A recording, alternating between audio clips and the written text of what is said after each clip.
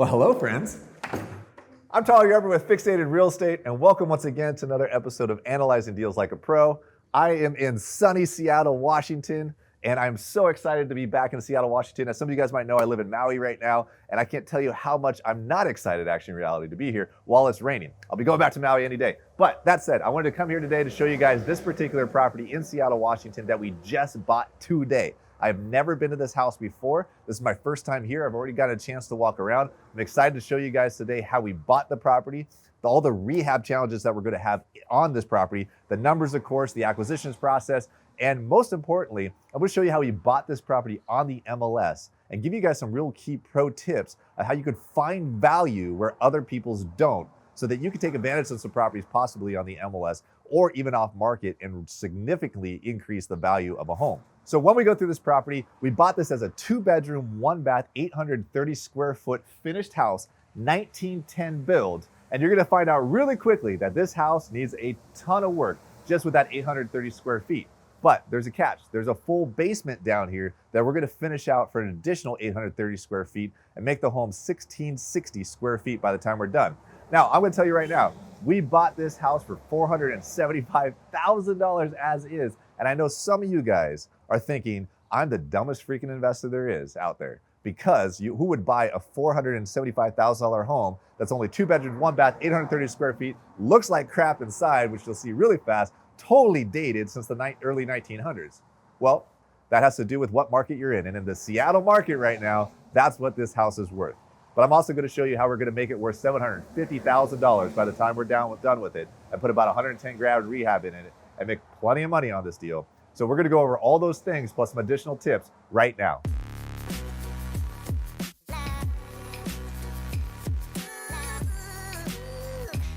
First and foremost, like I just said, we bought this property on the MLS. And many of you guys out there are thinking there's no deals on the MLS. Well, I'll tell you what, there is, if you know how to see the value. This property is only 830 square feet finished up top, which was sold as is for 830 square feet. But there's a hidden gem in the basement where we could double the square footage on this property. Now, there's a few factors when it goes into doing that we're going to get in a lot of depth on this video of what to look out for when it comes to finishing basements or adding square footage. Here's your first pro tip. That's going to be a big theme of this video. And that pro tip is first figuring out the ARV, after repair value, for the price per square foot to sell the home. Most of us are looking at the total ARV, the total after repair value, when you finish out an entire project. But what is the price per square footage of that home at the ARV price? And an example of that would be if the house is $500,000 and it's 1,000 square feet, when you go to resell it, the price per square footage is $500 per square foot. So 500 times 1,000 square feet is 500,000. Does that work with every market? No, there's caps in certain neighborhoods of how much you can sell a house for, no matter how big it is, but you'll need to know that in your particular market.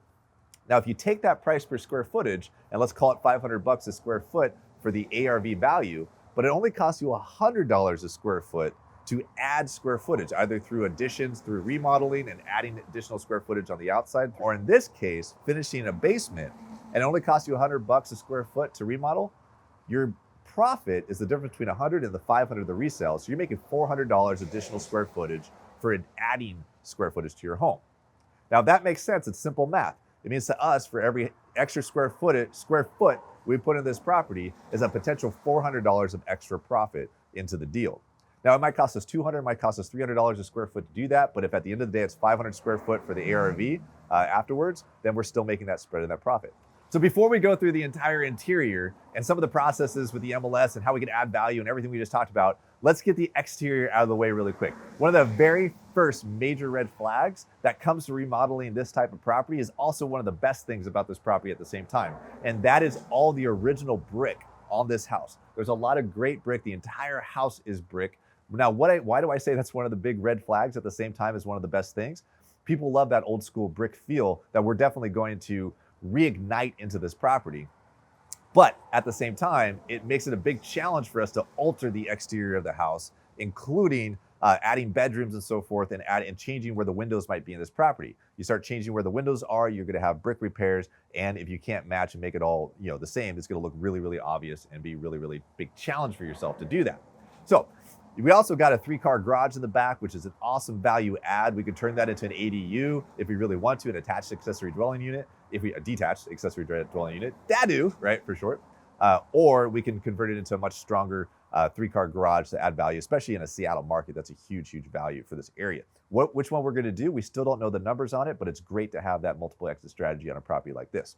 All that said, of course, we have the messed up deck in the back, which I'm sure we'll get to, and a few other rehab items that we'll go into as well. But let's go ahead and walk through the front door right now and go through the house.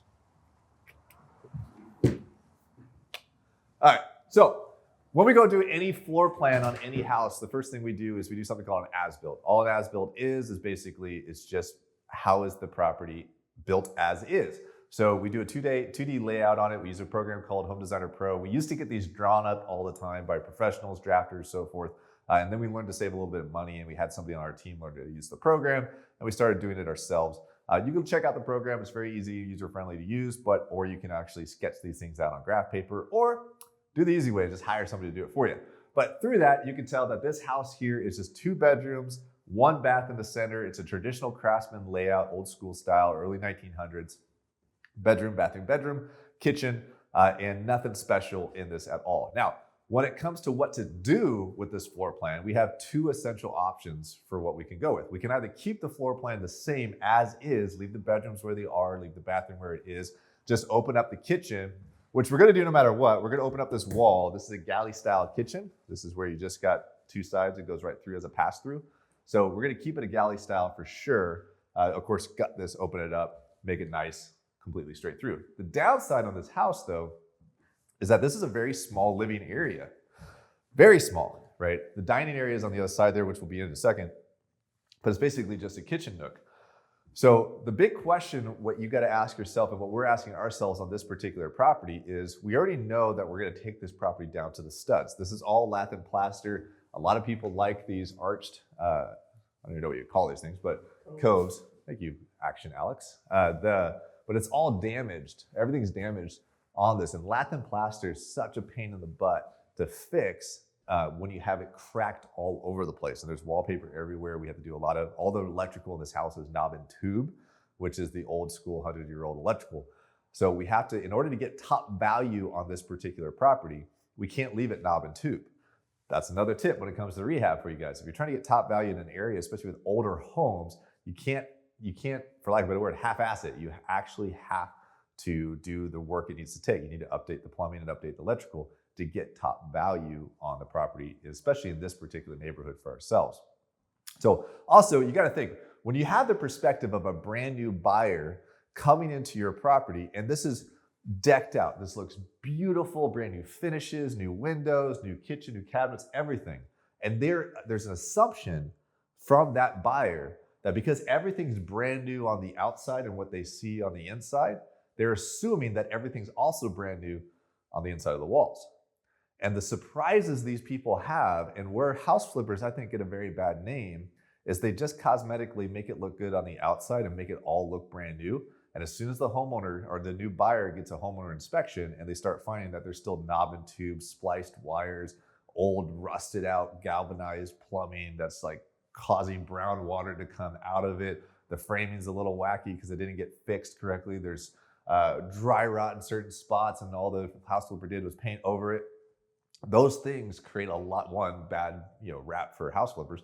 But on top of that, it makes it a lot harder for you to sell the property, and it makes a distrust happen to future buyers, and you might lose that particular buyer during the inspection period. And the kiss of death on selling a house, in my opinion, is when you go from pending inspection, when you go to sell a house where a buyer puts in an offer and has an inspection period, to going back to active, right? As active listing. That's, in my opinion, the kiss of death, especially if you're on a house that you're stressed out about. You don't want that.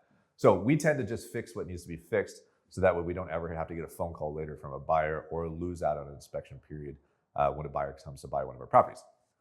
That's my little rant for you guys today. I'm going to do my best not to go on any more on this. So that said, we have to go back to comps, comparables. Comparables are like-kind properties in your market for this particular property. So properties that are similar square footage, similar bedroom, bathroom count, that's a like-kind property in your neighborhood. We typically go out a quarter mile, maybe half a mile tops.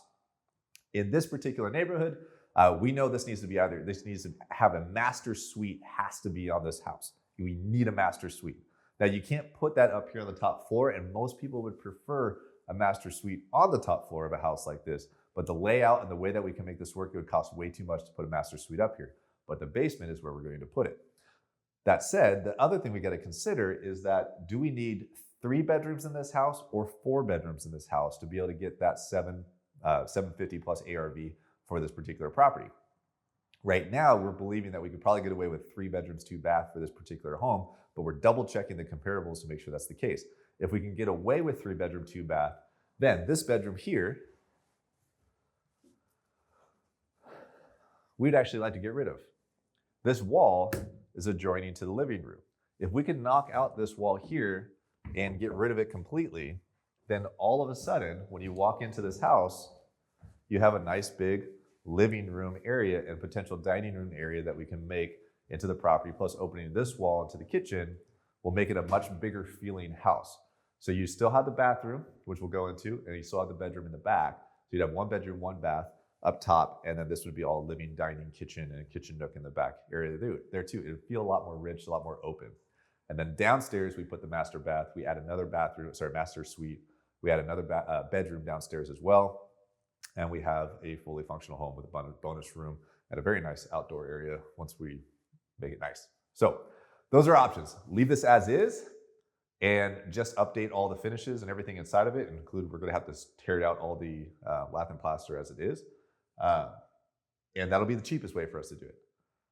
The more expensive way is to knock this stuff out, make it a big living room area, and have to only have a 3 bedroom instead of 4 bedroom house. We're still debating on that. And when we do a future video on this property, when we show you guys when we're completely done with the property in 6 months from now, you'll see what we actually decide to do. But like I said, that all comes back to comps. Let's check out this house. So one of the sad things is that we can't, like, you have these old homes and you have these old finishes that actually look kind of cool. These old wood doors, these old knobs and so forth. These are hard to come by. This is a retrofitted one that at some point they retrofitted and put back in. It's kind of expensive and hard to find these days. But we had to get rid of it. And usually what we do is we just get these and we have people refurbish them and they can take them if they want them and so forth. We're just not gonna be able to use them. So kind of a downside. But this bathroom, very, very high likelihood we're gonna keep the layout the exact same in this bathroom, just because the nature of these older homes, this was an OK style bathroom. We'll probably put some penny tile down and, or not penny tile, sorry, some old school, actually, yeah, old school penny tile that we'll put down and try to make this like into a craftsman style, old school bathroom feel, right? To kind of go with the flow of what is in this market, the fact that this is a craftsman home. So we don't feel like we need to gut this and change this all around into a more traditional layout just because of the comps, once again, in the market, allow for us to keep the craftsman style cramped little bathroom. And we can save some money on having to reframe and all that kind of stuff there too. But we are going to gut this as far as where the finishes are concerned and make it more of a traditional craftsman look with the cool tiles and the old school fixtures and finishes that we'll put in here, which would be kind of cool. We like to take these craftsman homes and update them fully, but still give them the craftsman charm, but with the modern amenities, right, as much as possible. This bedroom's nothing special. It's just, we're going to keep it pretty much as is. But actually, let me show you one thing. First off, when Alex and I first came in here earlier today, we didn't realize there's a closet here. This is the only thing we might actually change. In a moment, we're going to go downstairs and you're going to see this is the stair head height. So this is not a big deal in the closet. And Alex actually had the genius idea, because he's been with us long enough, that the head height is an issue in the stairs. And I'll point that out, that if we just frame this up and box it this way instead and put basically frame out and put the joist up here, that'll get rid of the head height issue down in the stairs. We're going to see if we can really do that, and if Alex is as smart as he sounds. As smart as he thinks he is. Yeah, he doesn't look smart, but you guys would never know that. Now kitchen, we already went through that, but it's pretty straightforward. We're going to keep the layout very similar, but we're going to open this wall up so that way it's bigger, and we can get rid of this notch, because once we open up this wall, then we can make it a traditional countertop depth. We'll put a countertop fridge in. Probably leave the stove where it normally is, but have it correct venting for microhood, and everything else will probably stay the same as far as kitchen layout. Now, one of the cool things with these older homes too, right, is you have this little dining nook, right, which is kind of cool to put a little table and stuff. You got a view of the alleyway. So, but it's got a really nice deck that we want to try to save, but it's got some issues. So Alex earlier found out that this isn't really as strong of a deck as it looked in pictures before we bought this house. So don't jump on it if you're watching this. So we are gonna have to replace these. Pretty much all of this decking is gonna need to be replaced. It's rotted out in so many different spots. This railing is pretty good, but we just don't like the aesthetics of it, but we're going to keep it. We're just gonna change the top cap to a 2x6 and then just sandwich it, similar to actually like our neighbor's deck right there. We'll probably do something like that. And this is the famous window that Action Alex, less than an hour ago, was climbing through because we were locked out of our own property because we didn't have the keys yet after we bought the property. And luckily this window was unlocked. So secure your homes or Alex might sneak in on you one day. We also, of course, got those garages down there that we pointed out earlier. That's a 3-car garage. We are looking into permitting right now to turn that into a DADU. There's some really cool things we can do with that if we can make that happen, but that is a very high increase in budget in order to turn that into a DADU. But with the Seattle market and where we are today, that multi-live-in, multi-generational type housing is huge, but also DADUs, that, believe it or not, that square footage of that garage right there, those 2 garages combined, if we combine those into one big DADU instead, that thing would probably actually rent between $1,800 and $2,000 a month if you can believe that, which is stupid, but it probably will. So is it worth doing it? We're gonna run those numbers, including permitting, if we should do it or not. Watch your step there.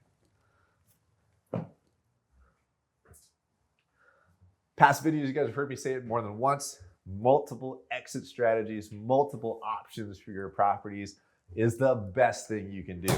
Having a house that you only have, or any project, you only have one exit strategy for, or one strategy at all for, you can do, I've done that for years with house flipping, but if you can get more than one, such as DADU, rent this place out, right? Do that to raise value or not, right? Have multiple floor plan options to be able to choose from. Then you can start budgeting and figuring out the numbers. Because remember, we're investors. That's what we do. We invest for a rate of return. We don't invest in properties to let our artistic creativity shine, right? And just try to make homes how we want them to be. We make homes how they should be based off highest and best value for the best return for not just money, but also return on time, labor, energy, effort, and so forth for you as an investor. There's some investors that might go into this property, just do pure cosmetic, try to keep this a 2-bedroom, 1-bath, leave the basement unfinished, make the outdoor really nice, and get a much tighter return, but as a very quick flip, right?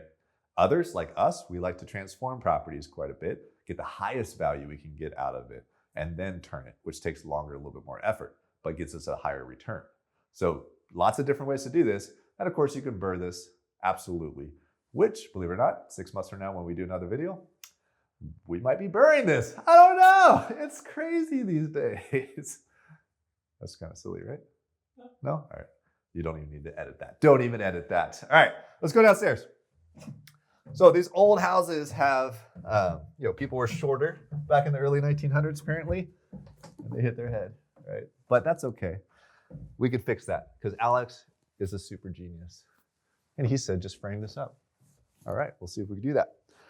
But we don't need to solve that today, but we do know that any good framer and designer can solve that issue whatsoever. So here's what we like about basements like this. Head height, fantastic for Seattle. We're allowed to go to 6'4", even on a beam. Now, I said this in previous videos that when you have basements and you have these heavy, heavy beams, this beam is carrying the entire load of the house. You do not want to touch this. This is very nice to have. This is what holds up the house. And if you have to sit there and change this whole thing out, that's going to be extremely expensive. You definitely will need engineering. You definitely will need a lot of professionals helping you with that. And you're going to go into major plan review with your permit department if you start messing around with this thing. So don't touch it. But this is a nice place for a wall, right? That you can put in, a nice doorway. You can incorporate it into a room. There's a lot of things you could do with keeping this, but we want to try to frame our floor plans based off of leaving this alone. We don't want to touch it, right? So we are going to gut this entire basement. So they built a bedroom here. They actually call, on the listing, this is actually a bedroom, believe it or not, which is crazy. But they built out this random in the corner, puzzle piece type of room with a little closet over here and so forth, and whatever the hell you're going to do there, make a fort as a kid. And we're going to gut all this out. So in about a week or so, we'll have our demo crews in here, and they're ripping out every inch of this, including this flooring that's down here as well. So we're going to do all that. We just figured out, I think, the floor plans. We don't have floor plans to show you guys here in this video, just because we literally just came up with the plans less than an hour ago on this particular property. But we need to get a master suite in here. Master suite is a bedroom, of course, a bathroom. And we also need to get an extra bedroom and some bonus space. So what we think we're going to do, bear with me, is we are going to put in this section here, we are going to put a master suite. We have the major plumbing in the houses right here. We're going to tuck all that into the walls so you don't see it. And we're going to build a master suite here. So there'll be a master bathroom probably in this area. Most of all of this will be bedroom.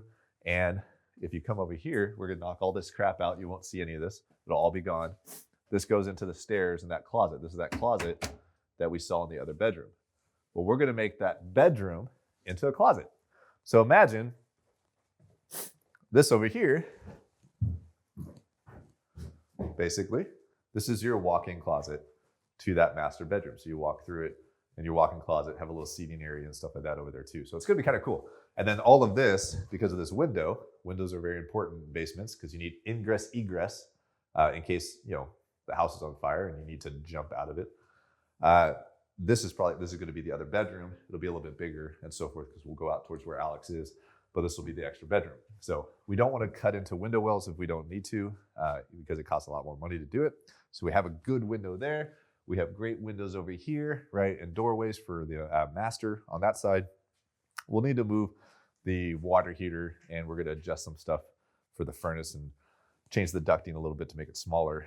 This is an old school ducting with a brand new high efficiency furnace. So this ducting is way too big for this. We don't need this. So we are totally able to change this out if we wanted to and save some space. Outside of that, the other issue, right, is in our neck of the woods, we have a thing called water in the Pacific Northwest, right? I'm sure you have water where you are because we need that to survive, but in some properties, water likes to get into the basements. So you can see, sometimes you see these signs, like you see all the white calcium buildup that is throughout here. You can also see it pretty heavily over here on this side too, where the door is. You see it along the perimeter of the foundation. Those are very clear, distinct signs of water getting into the basement. I'm not gonna spend a lot of time on that in this video, but water is a big issue for us in our basements here in Washington, especially the specifically Seattle area. And the worst thing you can do, and trust me, we've done this more than once, is finish this entire basement out, right? Make it super nice, get sheetrock up, and then have a bunch of rain happen in the winter and this basement fills up with water after you finished it out. Has that happened to me? It has happened to me more than once. So therefore, we don't take any chances anymore and we waterproof our basements fully, even if it looks dry. Why take the chance? We have to budget that in. It's gonna cost us thousands, but it's better than getting the phone call later while you're listing the house or when the new owners move in and they got all their furniture in and the basement floods 6 inches of water and you are liable for it in this particular case. So we don't take that chance anymore. We take care of it now every single time. In your market, you might have a very different situation where something happens very normal for you, right? I got friends that flip houses in Phoenix and Las Vegas. Air conditioning is a big issue, and getting air conditioning stolen is a big issue at times, right? So maybe that's the thing for you. Maybe in your market, it might be something completely different. Maybe you have a lot of pest issues and bugs and so forth. Who knows what it is? Something different for everybody. Make sure you know what that is in your market and that you can know how to specifically handle it. For us, it's water. So I want to wrap up this video and go back to one of the original points I said early on in this video. We bought this property on the MLS, and I'd said, how can you find the value that others don't see? We saw the value in this property that most of our competition, a lot of our competition and traditional homeowners don't see, and that's being able to finish out this basement that looks a little complicated, looks a little wacky, and how do you increase the value of this property? We were able to do that by saying, how do we could double the square footage in this home. Back to the original point when I said, if it costs us $100 a square foot to finish this basement out, right, to full, like where it needs to be, but this basement now added $500 a square foot of finished space for retail, we just got a $400 spread for every square foot that we finish. Doing that, there's your profit. Double the square footage of the house and basically create a $300 to $400 spread per square foot that you increase into the value of this home.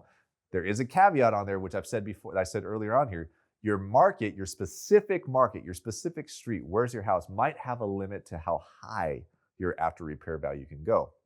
So it's not always cookie cutter that if you add 1,000 square foot to your house, that you're also adding retail value of $500, $400, $300 a square foot, whatever it is for your market, to your home. You need to know your market. And that's where great realtors, not all realtors, great realtors know how to help you navigate that for your analysis for your after repair. Does adding 800 square foot to your homes increase your value much more significantly than 400 square feet? That's all going to be based off of your realtor and working with them so they can pull those comps for you so you can really dive deep in that. So utilize the best realtors out there, find the good ones that know how to work with investors, and they're going to be able to help you out a lot. They're also going to be able to help you find houses like this, like they did for us. So I can't wait to show you guys another video on this house a number of months from now once we get going with it. Maybe we'll do some updates for you guys so you guys can check out the progress of this property and what's going on with the property itself as we start discovering whether or not we open up the upstairs, make it a DADU in the back and so forth. And hopefully we actually make some money on this property, right? That's what we're in this business for. So I'm Tarl Yarber. You can follow me on Instagram at Tarl Yarber. You can also comment, like, subscribe to this video. Please definitely follow BiggerPockets on the YouTube channel and take some time to make a comment on this video for me. Let me know if you like these type of properties. We do our best with them, let me know if you like these type of videos. We all like these type of properties. So that way I know we can make more of these. So it tells us if we're on the right track for what you need to be able to be successful in your real estate business as much as possible. I'll do my best to comment back on you guys and answer your questions on the YouTube feed here. Can't promise you, but I'll do my best to do that through our company Fixated. And I hope to see you guys on the next video. Oh my God. What's going on here? Hey, who's that? Get out of here. I'm a homeowner.